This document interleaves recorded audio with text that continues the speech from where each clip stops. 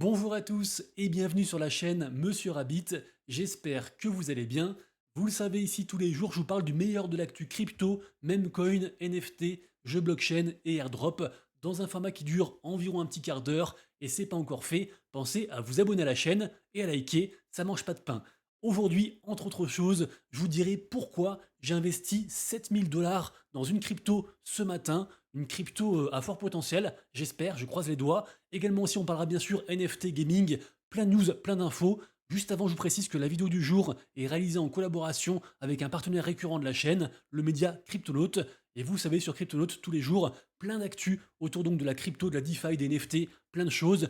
Vous le savez, Cryptonaut est entièrement gratuit et dispo en français. Également aussi, vous retrouverez des articles plus complets sur les projets et narratifs du moment, des presales crypto, des conseils aussi pour vous aider tout au long de ce bull run. Bref, je vous laisse aller y faire un tour dessus. Vous retrouverez le lien de Cryptonaut juste en dessous, en description et en commentaire épinglé. Allez, c'est parti, commençons donc, comme tous les jours, par jeter un œil au marché crypto. Un marché, vous le voyez, plutôt vert. Est-ce qu'on aura un Magic Friday? Je ne sais pas. Actuellement, donc, là, je tourne, il est 15h02. La bourse US ouvre à 15h30. Pour l'instant, on a eu déjà les chiffres de l'inflation côté US. C'est tout conforme par rapport aux attentes. Donc, tout est possible. J'ai envie de dire tout est possible. À l'instant donc où je tourne, le Bitcoin est à 104 600 $, l'Ethereum en légère augmentation à 3350, peut-être dû au fait qu'aujourd'hui, c'est l'anniversaire de Vitaly Buterin, qui a je crois 31 ans. Bref, mis à part ça, vous le savez, actuellement, il y a toujours deux grosses tendances à surveiller, celle de l'AI en général, l'intelligence artificielle, et avec elle également aussi bien sûr tout ce qui est agent AI, et celle aussi bien sûr des mêmes coins. Tous les jours, il se passe des folies, et encore aujourd'hui, enfin encore depuis hier, on a eu donc encore une fois un compte Instagram, celui de l'UFC, qui a été hacké pour promouvoir donc un meme coin scam, une arnaque, qui après s'est écroulée. Également aussi le compte Twitter du Time, qui a été hacké pareil aussi, et qui a diffusé également aussi un token créé sur Pump.fun, le token Time, qui depuis pareil aussi s'est écroulé. Également aussi, on a appris que le père de Elon Musk voulait créer un meme coin pour lever entre 150 et 200 millions de dollars. Le meme coin s'appellerait le Musk Hit. Alors de ce que j'ai vu, son meme coin n'est pas encore sorti, mais on a plein de mecs qui ont donc créé des Musk Hit sur Pump.fun, et donc c'est la folie, c'est le bordel, vraiment il y en a de partout. Et je le rappelle, Pump.fun, qui permet à n'importe qui de créer un meme coin sur Solana en quelques instants, est sûrement un des protocoles les plus lucratifs de ce bull run, et à lui tout seul, il génère plus de revenus que tout Ethereum, donc grosse folie. Et donc Pump.fun qui est poursuivi en justice par un groupe, je pense, d'action collective, qui reproche à Pump.fun d'organiser des pump and dump, donc pour faire simple, de la manipulation, plus précisément sur certains tokens, comme le Fred, le Fwog et le Griffin, Griffin que j'aime beaucoup, un token qui est lié donc au projet Griffin, qui permet de créer des agents AI qui gèrent entre guillemets des portefeuilles pour vous, et donc ça s'inscrit dans la tendance de la DeFi AI qui est en train de monter en puissance. Alors je ne pense pas que la plainte ira très loin, mais ça reste quand même à surveiller, d'autant que les plaignants accusent tous les tokens de Pump.fun d'être des securities, et donc d'avoir une législation bien plus ardue que si c'est des commodities, ça j'en parle souvent. Bref, si un jour Pump.fun s'écroule pour une raison obscure, faudra vraiment faire attention parce que ça va rejaillir forcément sur le marché des mêmes coins. Également aussi, je vous avais parlé de la libération de Ross Ulbricht, donc créateur de Silk Road, qui a donc été libéré grâce présidentielle par Trump. Et Ross en fait a reçu plein de tokens à son nom, donc token Ross, qui valent des millions. Et malheureusement, mauvaise manipulation de la part de la personne qui gère son wallet, puisqu'en effet, en voulant comment dire alimenter la poule de liquidité, il a fait une connerie et au final, ça a résulté d'une perte de 12 millions de dollars, donc assez fou. Tout ça, ça reste bien sûr lié aussi à Pump.fun. Également aussi, grosse tendance actuelle sur Pump.fun et la création de memecoin, c'est les memecoins sur la thématique de GTA. Je le rappelle, beaucoup de rumeurs sur GTA qui arrivent donc en fin d'année, GTA 6. Beaucoup de gens pensent qu'il y aura la crypto à l'intérieur, au moins référence.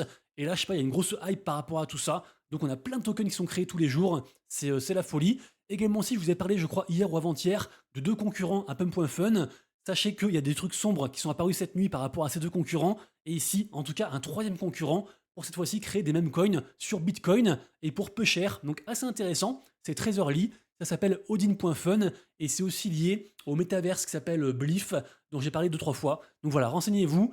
Ça reste intéressant et quoi qu'on en dise, les mêmes coins, c'est un truc forcément à surveiller car ça symbolise la culture d'hygiène du Web3.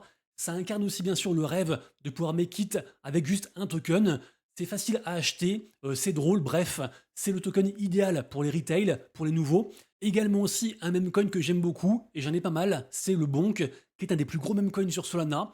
Et sachez qu'en fait là, on arrive à la fin de l'année du dragon, qui était en fait même d'ailleurs qui est fini parce que c'était il y a 2 jours, c'était le 29, le nouvel an chinois. Bref, il y a un gros événement qui s'appelle le Bonk Dragon par rapport à l'écosystème Bonk.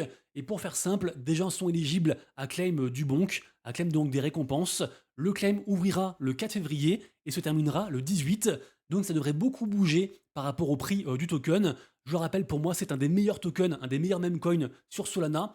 La commu est très engagée et l'écosystème Bonk propose plein d'événements, plein de choses. Vraiment, c'est assez fou. Ensuite, on arrive à mon investissement de ce matin. En effet, j'ai acheté 7 000 $ de token Pengu, qui est donc un meme coin, ce matin.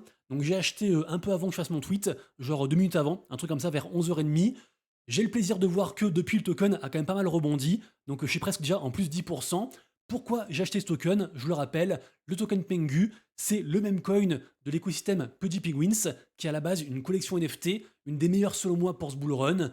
La collection principale a un floor price, un prix plancher à 11,4 Ether, ce qui est quand même une sacrée somme, hein, environ je pense 40 000 $, un truc comme ça, sachant qu'il n'y a pas si longtemps que ça, un NFT Pudgy Penguins, avant le airdrop de Memecoin Pengu, valait 100 000 $ et même un NFT a dépassé brièvement le prix d'un Bitcoin. Donc vraiment, c'est une grosse collection. Et je le rappelle aussi, ils ont sorti il y a quelques jours leur propre blockchain, la blockchain Abstract, qui vise à onboarder tout le monde du Web 2 et vraiment à briser les barrières de la blockchain. Pour l'instant, le gros featuring, c'est le fait de streamer sur du coup Abstract.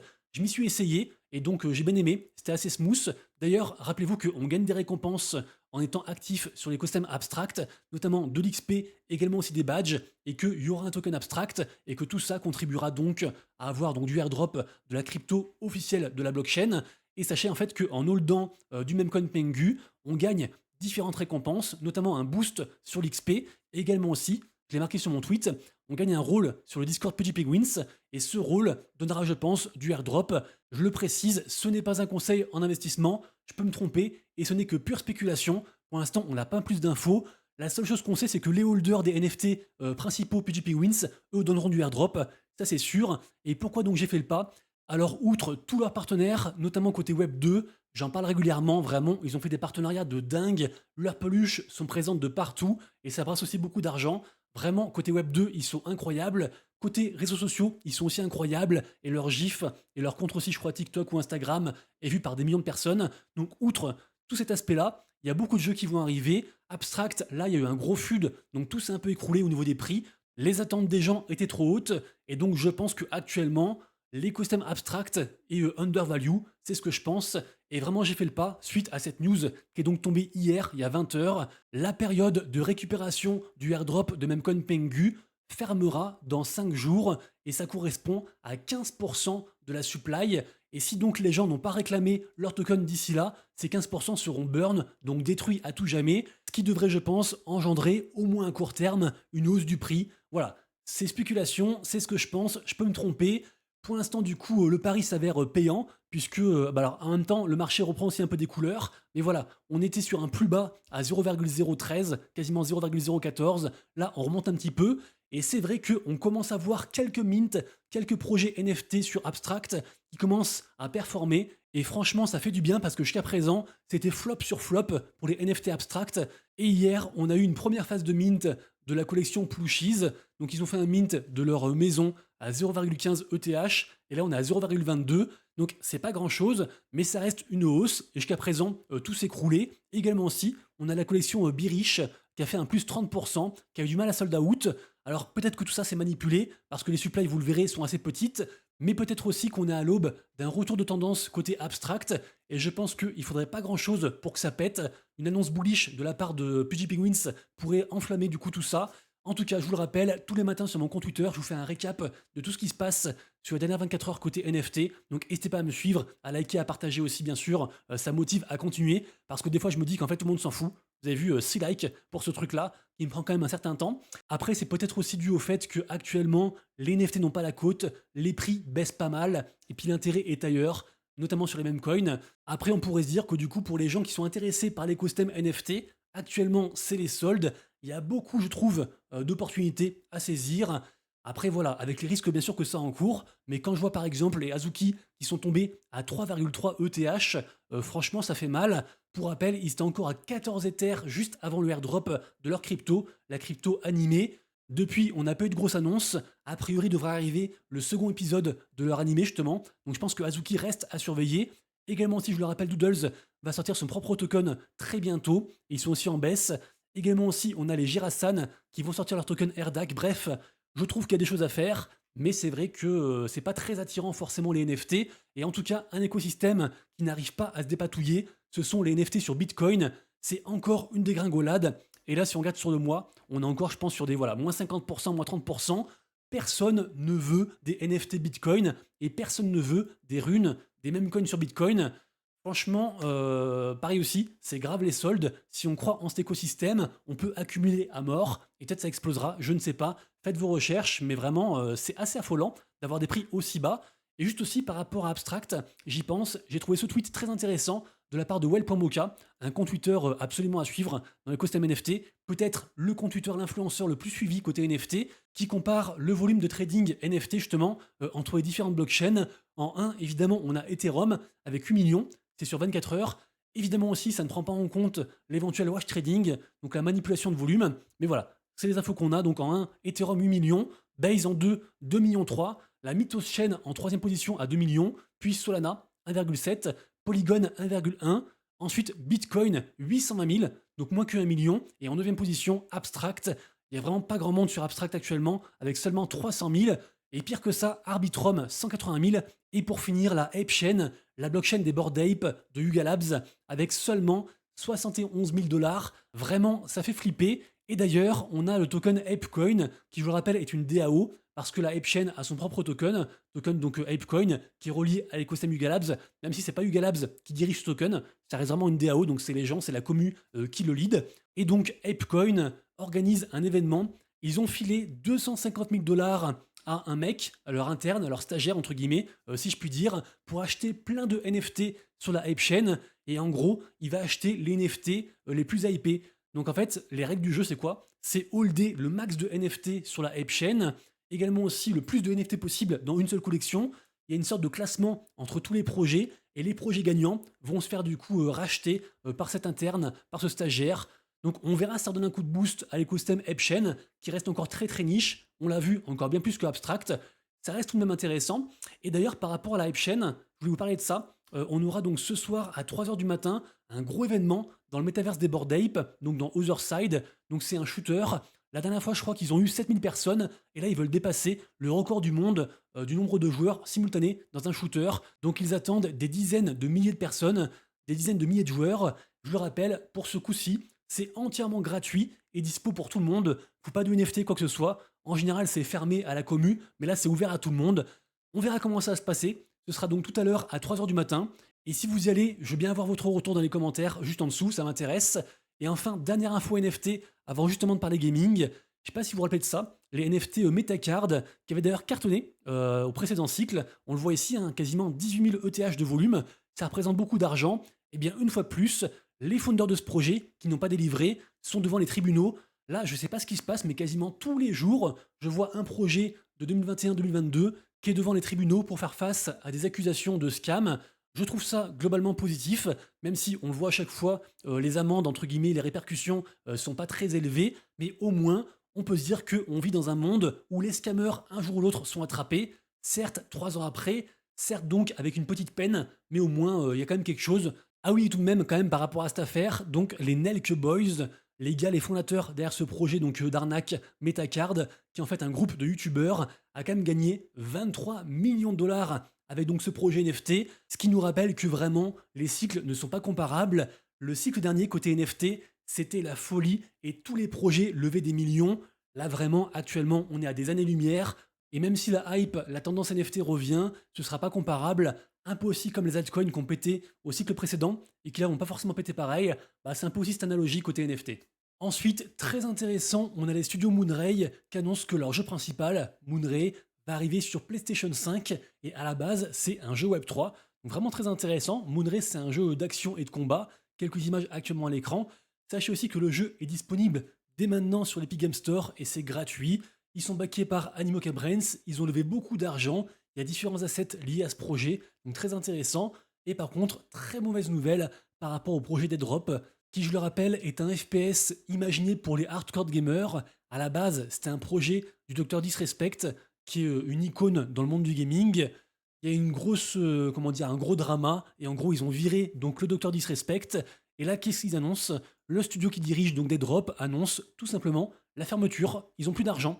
Apparemment, le jeu est fini à 85%, mais ils ont plus d'argent. Et donc, ils ferment tout. Et ils font aussi un appel en mode s'il y a un écosystème qui veut bien de nous, eh bien, on migre dessus. Et puis voilà, on est plein de talents et tout, on veut bosser. Apparemment, il y aurait Geoz, le fondateur de Axie Infinity et de la blockchain Ronin, qui aurait répondu. Donc peut-être que c'est pas vraiment la fin pour le projet Dead Drop et son studio, et qu'ils vont arriver sur Ronin. Je le rappelle aussi, ils ont des NFT. Je suis pas allé voir le prix, mais à mon avis, ça a dû prendre une sacrée claque. Et j'espère aussi que le projet Shrapnel ne suivra pas cette, comment dire, cette dégringolade, parce qu'il n'y a pas si longtemps que ça, on a appris que le CEO de Shrapnel, enfin du studio qui dirige Shrapnel, qui s'appelle Machine, Neo Machine, était parti pour aller sur un autre projet qui s'appelle Unioverse. D'ailleurs, quand il est arrivé, il a dit que Unioverse, c'était le plus gros et le meilleur projet gaming de tous les temps. Bref, rappelons-nous de ne pas croire les teams qui sont jamais objectives. En tout cas, moi, j'aime encore beaucoup Shrapnel. Je trouve que le jeu a beaucoup de potentiel. Je vous mets quelques images actuellement à l'écran. C'est aussi un FPS. Je trouve que les FPS s'inscrivent parfaitement dans le monde du blockchain gaming parce que justement, ils s'inscrivent parfaitement dans le côté e-sport et que je trouve personnellement que l'e-sport est magnifié par la blockchain et vraiment tous les apports de la blockchain bénéficient à l'e-sport, que ce soit au niveau de l'économie, au niveau de la transparence, au niveau aussi, enfin bref, je vais pas faire une digression, la vidéo est déjà assez longue, mais voilà, j'aime beaucoup Shrapnel, et j'espère que malgré le départ du CEO, du coup, parce qu'en gros, il remanipule toute la team, j'espère que ça va bien se passer. Et d'ailleurs, ici, tweet très intéressant de la part de Hunter Solaire, qui nous fait un petit récap, un petit état de fait de tous les gros projets gaming actuellement. Donc ça parle de Fableborn, de Pixels, de Off the Grid, de Project O, de Cambria, de Onchain Heroes, de Pirate Nation, de OBB Games, de Maple Story, de Pixelmon, de Wildcard, de Infinity Gods, de Parallel, de Biscuit et de Ronin. Et en gros, c'est 2-3 lignes sur chaque projet, où ils en sont actuellement et ce qu'ils pensent. Et franchement, c'est très pertinent. Et pour terminer, un petit top 5 des projets gaming les plus capitalisés. Et je trouve que si on croit en la narrative gaming, ces tokens sont absolument à posséder. Donc évidemment, il y a IMX de Immutable X, le plus gros. On a aussi Ronin, de la blockchain dont j'ai parlé juste avant. On a aussi BIM, que j'aime beaucoup, qui est lié à la guilde Merit Circle. Prime, du projet parallèle. Et enfin, on a aussi Wemix, côté asiatique. J'aurais quand même rajouté Superverse. Mais vraiment, si vous avez ces 6 cryptos, vous avez, je pense, un joli portefeuille côté gaming. Et voilà, c'est déjà la fin de la vidéo. Mais avant qu'on se quitte, je ne sais pas si vous avez vu, ce matin, enfin ce midi, j'ai sorti une nouvelle vidéo dédiée à un projet. Donc c'est un projet sur la thématique des agents IA et de la DeFi AI. Donc n'hésitez pas à aller voir, c'est le projet Mind qui est juste ici. J'espère que je vous ai apporté un petit peu de valeur. Si c'est le cas, pensez à vous abonner, à liker, partager et commenter. Ça m'aide de fou. Donc merci à tous pour le soutien. Je vous souhaite une excellente journée. On se retrouve demain pour une prochaine vidéo. Et d'ici là, comme toujours, prenez soin de vous, de vos proches et de vos wallets. C'était Monsieur Rabbit. Ciao.